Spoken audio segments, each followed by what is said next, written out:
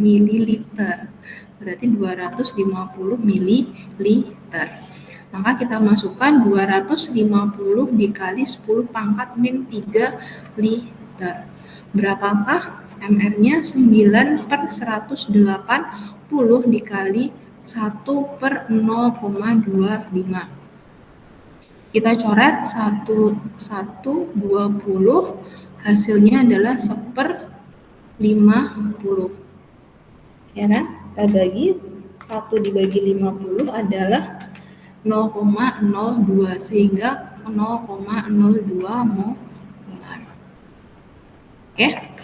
Konsentrasi dari C6H12O6 adalah 0,02 molar. Selanjutnya, dalam pembentukan senyawa air, perbandingan massa H banding O adalah 1/8. Massa air yang terbentuk dan massa zat sisa yang tidak bereaksi apabila 20 gram hidrogen direaksikan dengan 40 gram oksigen adalah berapa? Dalam pembentukan senyawa air, kita tahu bahwa perbandingan H2O itu H dibandingkan dengan O itu adalah 1/8. Massa air yang terbentuk dan massa zat sisa jika 20 gram hidrogen bereaksi dengan 40 gram oksigen. Perbandingan ini sudah tetap. Maka kalau misalkan kita punya 20 gram hidrogen dibandingkan dengan 40 gram oksigen, maka dengan perbandingan 1/8, manakah yang habis dan manakah yang sisa? Caranya adalah 20 dibagi 1 berapa? 20. 40 dibagi 5 berapa? 5. Yang kecil siapa? Yang kecil adalah 5. Maka karena yang lebih kecil 5, yang kecillah yang ditulis kembali. Misalkan dengan 8 itu sebanding dengan 40, maka 1 itu sebanding dengan 5 gram.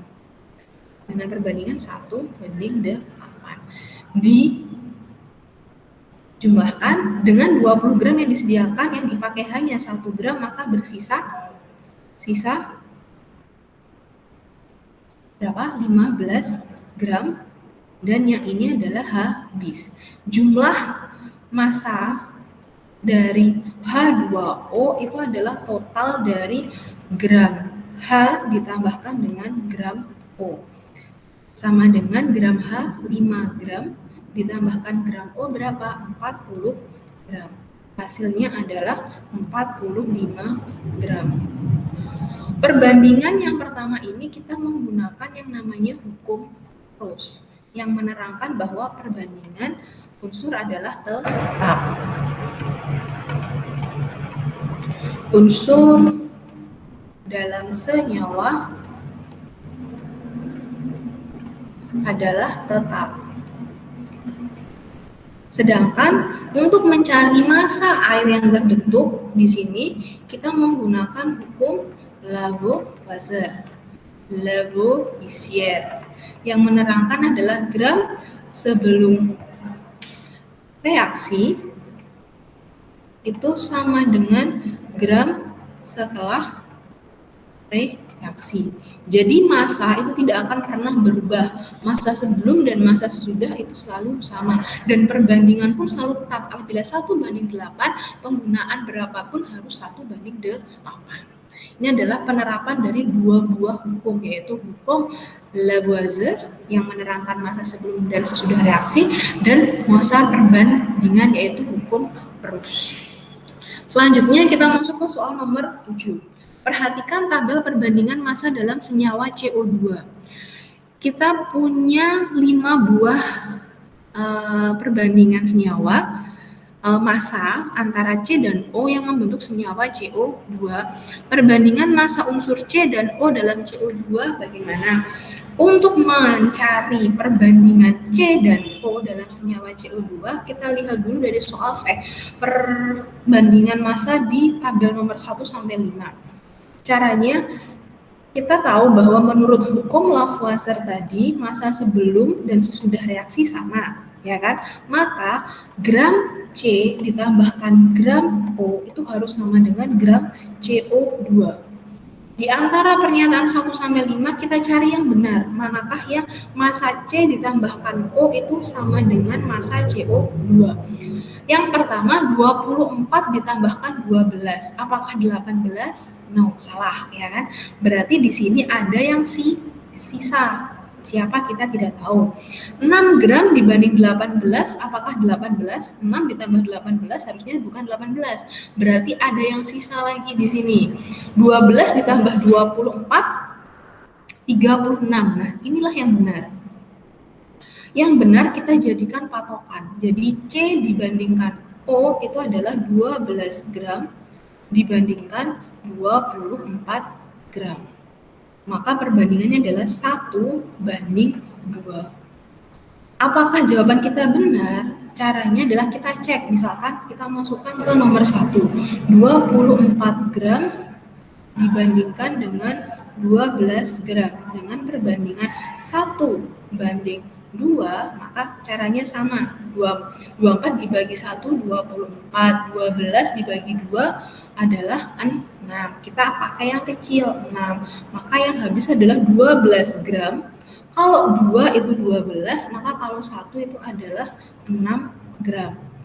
12 ditambah 6 adalah 18 gram. Oh, berarti benar. 18 gram itu didapat dari 6 gram C ditambahkan dengan 12 atom O.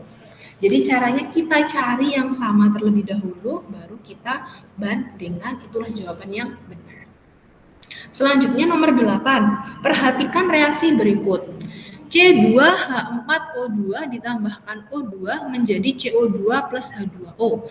Kemudian Zn ditambah HCl menjadi ZnCl2 plus H2O. Penyetaraan kedua reaksi di atas adalah, di sini kita menggunakan penyetaraan reaksi. Pertama, kita setarakan reaksi yang ke satu dulu, C2H4O2.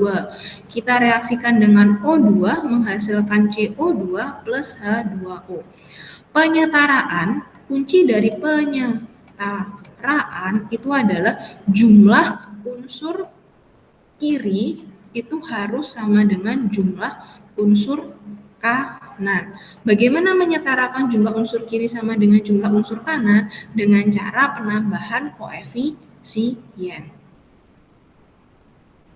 Dengan menambahkan koefisien, kita bisa menyetarakan jumlah unsur kiri ditambah sama dengan jumlah unsur kanan.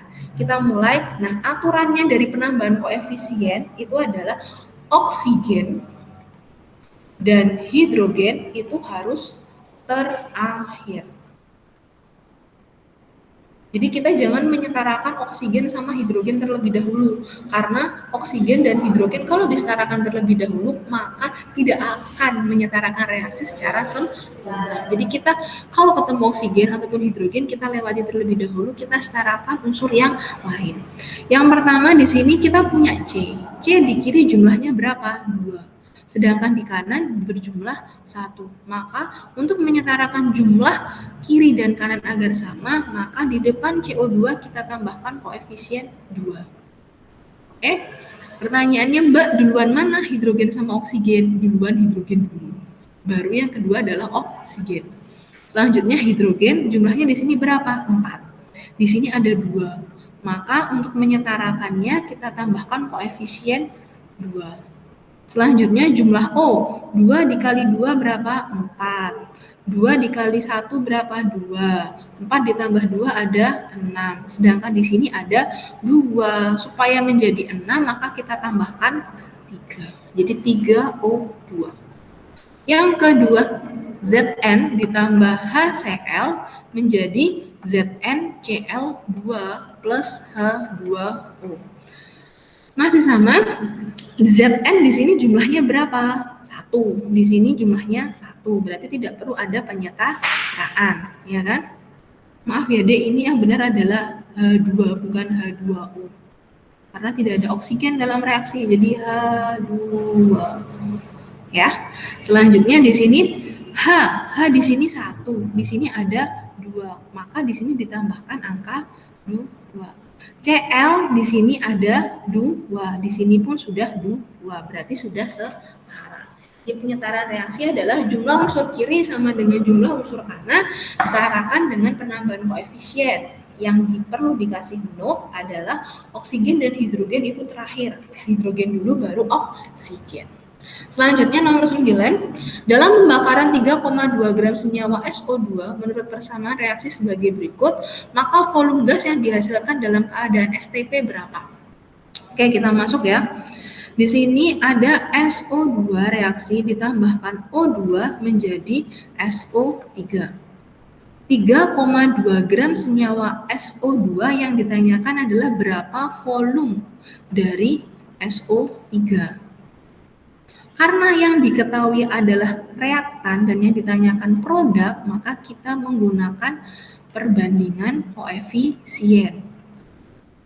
Asalkan reaksi sudah setara, maka perbandingan koefisien bisa digunakan. Apakah ini sudah setara? Kita cek terlebih dahulu. Setiap kita bertemu reaksi, kita harus mengecek terlebih dahulu apakah reaksi tersebut sudah setara atau belum. S di kiri adalah 1, di kanan 1. Oke, oksigen di kiri 2, di sini tambah 2, 4, di sini 3. Ya kan? Berarti misalkan kita tambahkan di sini angka 2 untuk menyetarakannya 2S, maka di sini harus menjadi 2SO2. Kenapa? Karena 2 dikali 2 berapa? 4 ditambah 2 6, sama 2 dikali 3 adalah 6. Jadi sama. Oke? Selanjutnya, kalau misalkan SO2 sebanyak 3,2 gram, maka berapa mol? Karena perbandingan koefisien itu sama dengan perbandingan mol. Ini menurut teori siapa? Ini menurut teori dari Avogadro, hukum Avogadro. Jadi, kalau kita sudah ketemu koefisien, maka kita bisa membandingkan mol dari senyawa dalam reaksi.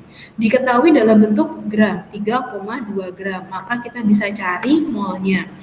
Mol dari SO2 adalah 3,2 gram dibagi dengan MR. MR-nya berapa? 3,2 dibagi 32 ditambah 2 kali 16. 3,2 dibagi 48. Hasilnya adalah 3,2 dibagi 48.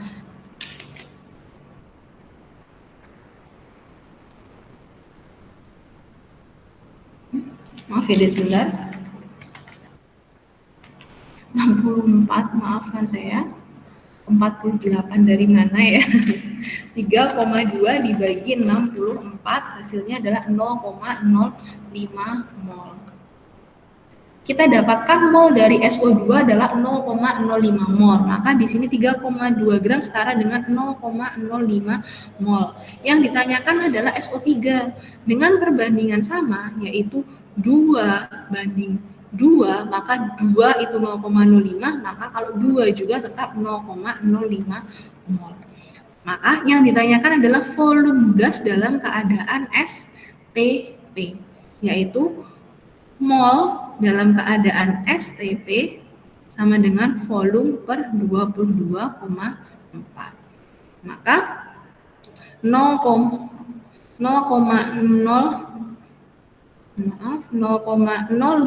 mol sama dengan volumenya ditanyakan per 22,4. Hasilnya berapa? Tinggal dikalikan, dikali 22,4.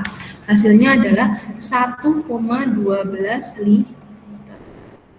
Inilah jawaban untuk soal nomor 9. Jadi langkah pertama, kita setarakan dulu koefisien dengan perbandingan Avogadro.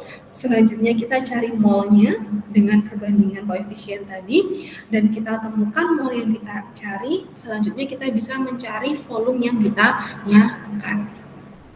Nomor 10, dalam sebuah generator sejumlah 12,6 gram CaH2 direaksikan dengan 0,2 mol air menurut persamaan reaksi sebagai berikut. CaH2 ditambahkan H2O menjadi CaOH2 kali plus H2. Gas hidrogen yang dihasilkan diukur pada suhu dan tekanan di mana pada keadaan tersebut 16 gram oksigen memiliki volume 10 liter. Volume gas hidrogen yang dihasilkan berapa?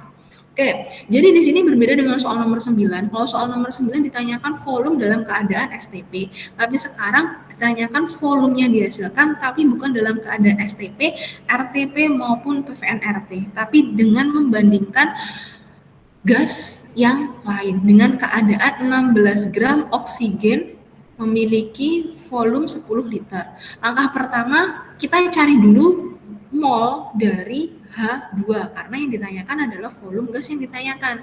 Kita teruskan kembali reaksinya, CaH2 ditambahkan H2O menjadi CaOH 2 kali plus H2.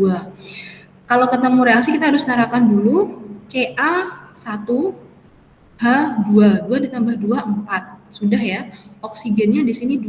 Nah, berbeda, berarti di sini kita tambahkan 2, ya kan? Untuk menyetarakan jumlah oksigen yang berjumlah 2.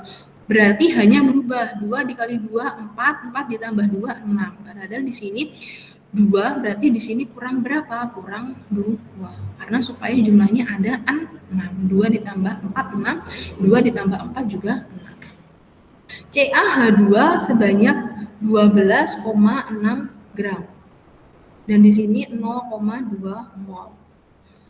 Karena kita harus tahu manakah yang habis antara CaH2 dan 2H2O, maka kita gunakan kerangka mula-mula reaksi sisa alias kerangka reaksi pembatas. Cari dulu mol dari CaH2. Gram per ml. Gramnya berapa? 12,6 gram. MR-nya di sini Ca40 ditambahkan dengan H2. Jadinya 12,6 dibagi 42. Berapakah? 12,6 dibagi 42.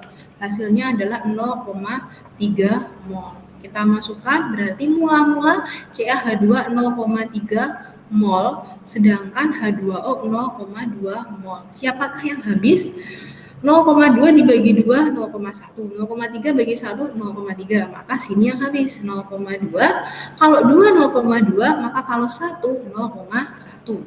0,1 dan sini adalah 0,2.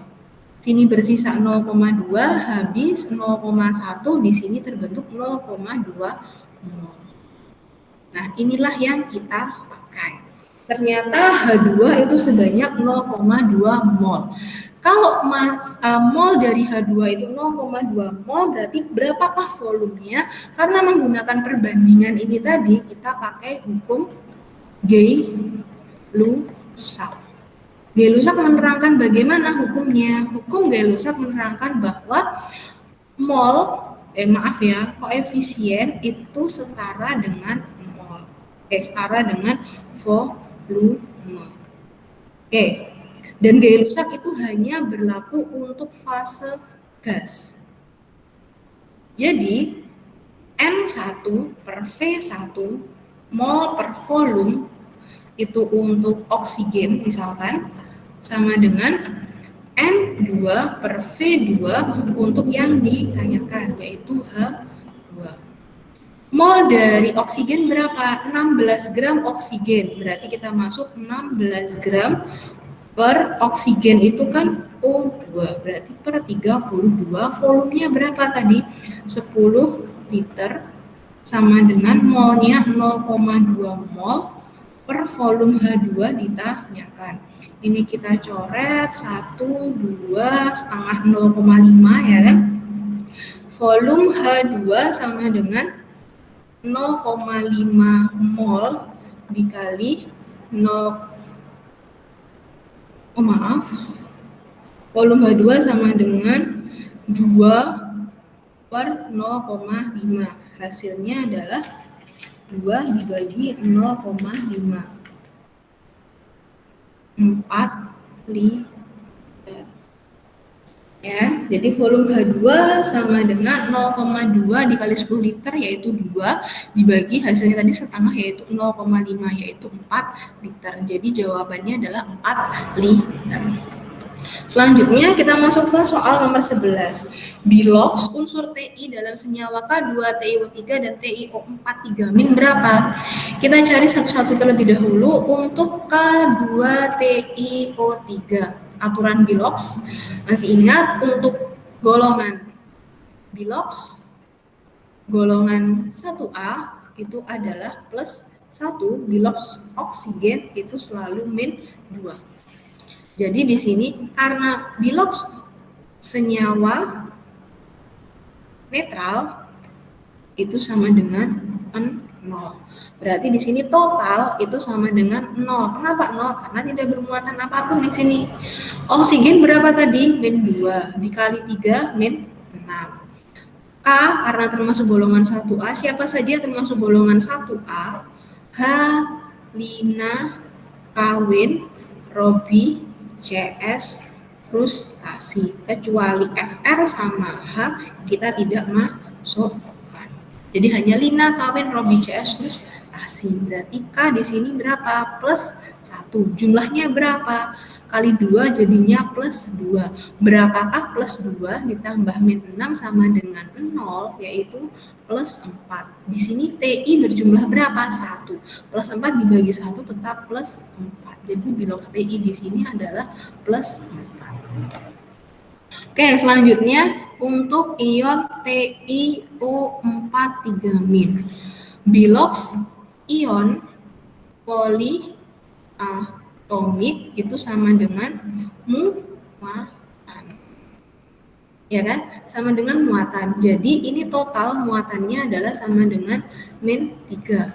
Oksigen tadi min 2 dikali 4 min 8. Berapakah ditambah min 8 sama dengan min 3? Plus 5. Dibagi 1 tetap plus 5. Jadi bilox TI di sini adalah plus 5. Oke, selanjutnya masih mencari bilox unsur Cr dalam Cr2O72- dan CrO42- berapa?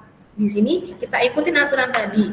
Ion poliatomik itu sama dengan muatan. Jadi yang pertama Cr2O72- itu totalnya adalah min 2.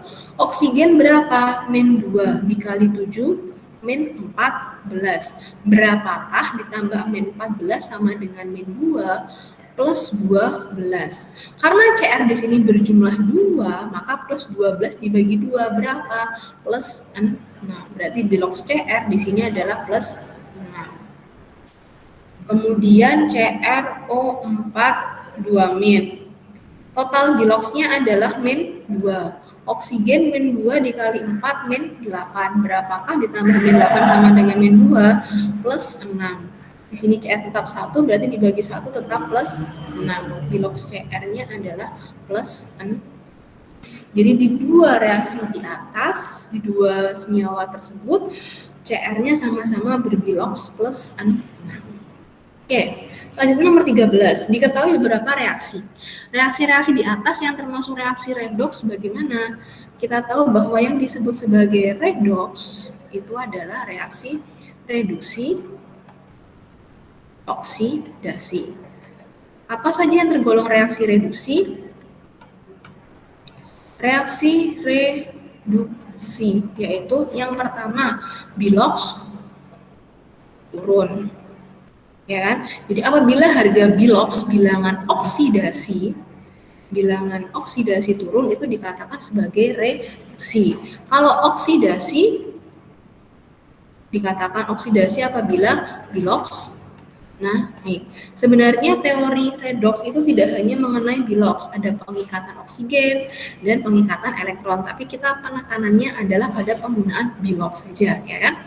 CaCO3 ditambah H+, Ca2+, H2O plus CO2. Reaksi yang pertama apakah termasuk redoks?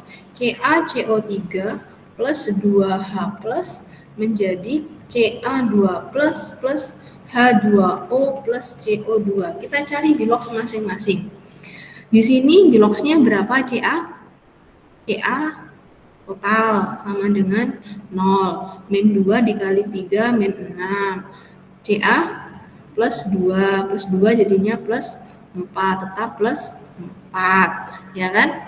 Kemudian H berarti plus 1, Ca plus 2, H2O tidak perlu dicari, CO2 di sini jelas plus 4, berarti ini bukan redoks, ya kan? Selanjutnya yang nomor 2 adalah Na ditambah H2O menjadi NaOH plus H2. Bilox unsur bebas adalah 0, H2O tidak perlu dicari atau bisa kita tahu kalau bilox H itu selalu plus 1 dan O itu selalu min 2. Na di sini selalu plus 1 ya kan karena golongan 1A tadi H2 0. Di sini terlihat dari 0 berubah menjadi plus 1 itu artinya naik biloxnya berarti dia adalah oksidasi. Dari plus 1 berubah menjadi 0 berarti dia turun, berarti dia adalah reduksi. Oke, berarti ini adalah reaksi redoks. Selanjutnya CuO3, maaf yang ini benar adalah Cu2O3 ya, kurang 2, Cu2O3 ditambah 2H plus menjadi Cu2 plus 2E plus H2O. CuO3 total bilox sama dengan 0 min 2 kali 3 min 6. Di sini hasilnya adalah plus 6 plus 3. Biloxnya di sini adalah plus 1, di sini Cu-nya adalah plus 2 dan H2O tidak perlu kita cari. Jadinya plus 3 berubah menjadi plus 2 itu naik atau turun? Itu adalah turun yaitu reduksi. Nah, H plus di sini selalu, H itu selalu plus 1, maka ini juga bukan redoks. Terakhir, Cu2 plus ditambah Zn menjadi Cu plus Zn2 plus. Hasilnya Cu-nya adalah bilox plus 2, Zn 0, Cu di sini adalah biloxnya 0 dan Zn adalah plus 2. Dari plus 2 menjadi 0 itu turun, maka dia adalah reduksi. Sedangkan dari 0 berubah menjadi plus 2 itu naik, berarti dia oksidasi. Berarti ini adalah redoks. Kenapa yang nomor 3 tadi bukan redoks? Karena dia hanya mengalami reduksi, tidak mengalami oksidasi. Oke, selanjutnya soal nomor 14. Diketahui bilox logam Na adalah plus 1 dan oksigen adalah min 2. Maka rumus dan nama kimia senyawa yang dibentuk siapa? Na itu adalah golongan 1A. O itu golongan 6A. Kita tahu kalau 1A ditambahkan dengan 6A akan membentuk senyawa ion. Senyawa ion saat kapan saja? 1A atau 2A ditambahkan dengan 6A atau 7A. Itu langsung otomatis dia adalah senyawa ion, kecuali hidrogen. Jadi kalau kamu ketemu hidrogen, itu berapapun dia berikatan dengan 6A atau 7A atau yang lainnya pun, dia akan tetap bukan senyawa ion. Jadi cara senyawa ion itu adalah barter, yaitu tukar ion, tukar muatan. Ya. Tukar muatan. Jadi untuk membentuk senyawanya, Na biloxnya adalah plus 1 ditambahkan oksigen min 2 min. Jadi di sini Na di belakangnya oksigen kan 2, berarti 2O. O-nya itu 1 karena belakangnya Na itu hanya angka 1. Jadi Na2O. Namanya apa? Karena senyawa ion jumlah itu tidak mempengaruhi nama. Namanya adalah natrium oksida. Diketahui dua buah ion Fe3+ dan S2-. Maka rumus dan nama kimia yang mungkin terbentuk dari kedua senyawa tersebut berapa? Fe3+, kita tahu Fe ini adalah transisi, sedangkan S2- itu golongan 6. Jadi karena di sini sudah ada transisi atau golongan B, ya kan, penamaannya jelas berbeda dengan senyawa ion dan senyawa kovalen. Fe3+ S2-. Cara pembentukan senyawanya masih sama dengan pembentukan senyawa ion, tukar muatan. Jadi Fe kemudian muatan S ditulis belakangnya, kemudian S terakhir muatan Fe. FeS3.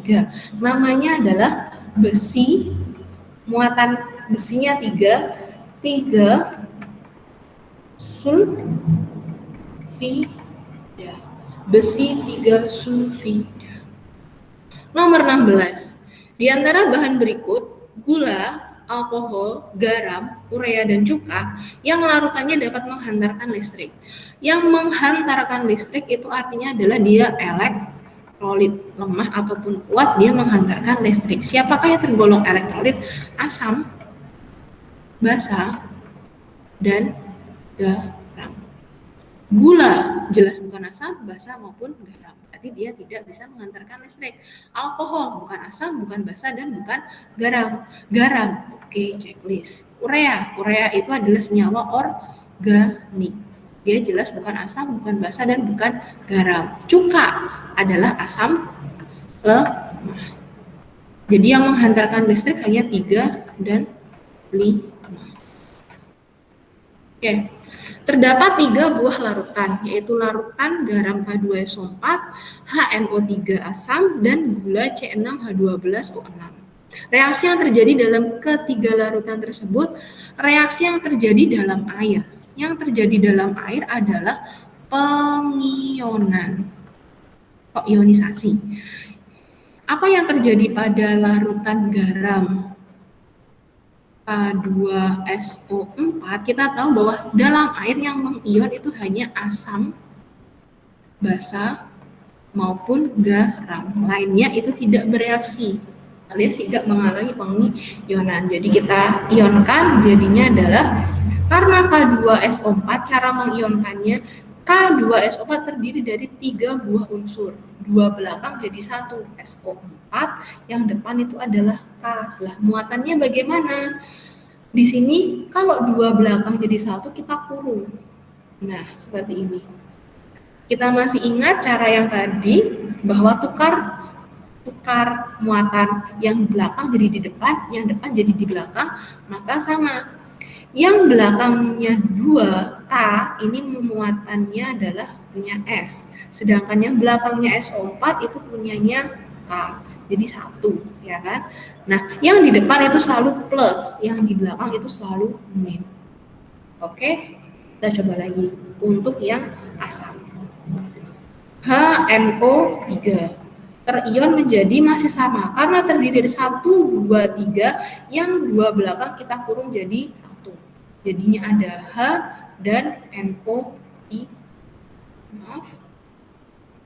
Dan NO3. Maka belakangnya NO3 ini berapa? 1, berarti 1. Belakangnya H berapa? 1, berarti 1. Depan itu plus, belakang itu min. Jadi H plus dan NO3 min. Sedangkan gula C6H12O6 apakah termasuk asam, basa, dan garam? Tidak, sehingga dalam air dia tidak akan mengalami pengionan. Oke, selanjutnya nomor 18. Dari pengamatan di atas, larutan yang tergolong elektrolit kuat diberikan tabel mengenai pengamatan nyala lampu, gelembung gas, dan derajat ionisasi. Derajat ionisasi itu apa? Derajat ionisasi itu adalah derajat pengionan. Harganya pengionan, harganya disebut sebagai alfa. Alfa itu harganya kurang dari 1 dan lebih dari 0. Bisa sama dengan 0 atau bisa sama dengan 1. Saat alfa 0 itu sama dengan non-elektrolit. Saat sama dengan 1 itu disebut sebagai elektrolit kuat. Nah, antara rentang 0 sampai 1 inilah yang disebut sebagai elektrolit lemah. Lebih dari 0, kurang dari 1. Manakah yang disebut tergolong elektrolit kuat? Jadi elektrolit kuat itu sebenarnya langsung kita lihat di sini ya, Dek. Langsung, oh derajat ionisasi 1, itu jelas elektrolit kuat. Tapi kalau kita melihat dari pengamatan gelembung dan nyala gas, maka terlihat untuk M itu terang, banyak, dan untuk R itu terang, dan gelembungnya pun juga banyak. Ya. Jadi pasti elektrolit kuat itu menyala lampu terang dan gelembungnya pun banyak. Di sini jawabannya adalah M dan R. Oke, selanjutnya nomor 19. Perhatikan tabel berikut. Larutan nomor 1, 2, 3 4 dan 5. Pengamatannya berdasarkan nyala lampu dan gelembung gas. Dari pengamatan di atas, larutan yang tergolong elektrolit lemah. Masih sama dengan yang tadi, elektrolit lemah itu kalau alfa itu pasti dia elektrolit lemah di rentang 0 sampai 1. Tapi karena di sini tidak menggunakan data alfa, jadi kita bisa melihat melalui nyala lampu. Kuncinya satu, nyala lampu atau gelembung terlebih dahulu. Jadi gelembung dulu baru nyala lampu. Tidak mungkin nyala lampu tanpa ada gelembung. Jadi gelembung dulu baru ada nyala lampu. Di sini saat gelembung banyak, nyala lampu terang, itu otomatis dia adalah kuat, ya kan, elektrolit kuat. Sedangkan kalau lampu tidak menyala, gelembung pun tidak ada, berarti tidak ada reaksi. Ini berarti non elektrolit, yaitu tidak menghantarkan listrik sama sekali. Sedangkan di sini gelembung banyak, ada gelembungnya, tapi lampu tidak menyala, sehingga kekuatannya masih lemah untuk menyalakan lampu, tapi sudah ada reaksi gelembung. Inilah yang disebut sebagai elektrolit lemah. Kemudian lampu menyala tapi gelembung tidak ada. Ini tidak mungkin, karena kalau lampu menyala pastilah gelembung ada, karena gelembung terlebih dahulu baru ada nyala lampu. Yang di sini gelembung sedikit tidak menyala, tapi sudah ada reaksi gelembung sedikit. Disinilah yang disebut sebagai elektrolit lemah. Maka manakah yang tergolong sebagai elektrolit lemah? 3 dan 5. Kita masuk ke soal terakhir. Ada reaksi berikut yang berperan sebagai oksidator dan hasil oksidasi siapa? Di sini kita tahu K2Cr2O7 ditambahkan HCl menjadi KCl plus CrCl3 plus H2O plus Cl2. Untuk mencari oksidator dan hasil reduksi, kita harus tahu dulu mana yang mengalami oksidasi dan mana yang mengalami reduksi. Caranya cari bilox. 0, oksigen min 2 min 14, K plus 1 dikali 2 plus 2. Berapa? Plus 2 ditambah min 14 sama dengan 0, plus 12 dibagi 2 plus 6. Cl di sini min 1. K total sama dengan 0 plus 1 plus 1, otomatis ini min 1 tetap min 1. Cr Cl3 kita ionkan, Cr3 plus dan 3 Cl min. Bilox Cr plus 3, Cl adalah min 1. H2O tidak perlu kita cari. Cl unsur bebas, biloxnya 0. Maka manakah yang perubahan biloxnya terjadi? Cr dari plus 6 berubah menjadi plus 3. Turun berarti mengalami reduksi. Sedangkan Cl min baik di KCl maupun di HCl ya, maksud saya di HCl dari min 1 berubah menjadi 0. Naik dikatakan sebagai oksidasi. Nah, oksidator yang disebut sebagai oksidator itu adalah senyawa yang mengalami reduksi. Siapakah senyawa yang mengalami reduksi di sini? Yang mengalami reduksi adalah K2Cr2O7. Disebut sebagai hasil oksidasi. Hasil oksidasi berarti hasil dari proses oksidasi. Siapakah hasil oksidasi? Cl2. Jadi sekian pembahasan soal PAT untuk kelas 10 kimia. Bila ada yang mau ditanyakan bisa di luar sesi ataupun setelah sesi berlangsung. Semoga 20 soal yang kita bahas ini dapat membantu kalian mengerjakan soal-soal PAT untuk semester 2 ini. Sukses terus buat kalian semua. Sekian, wassalamualaikum warahmatullahi wabarakatuh.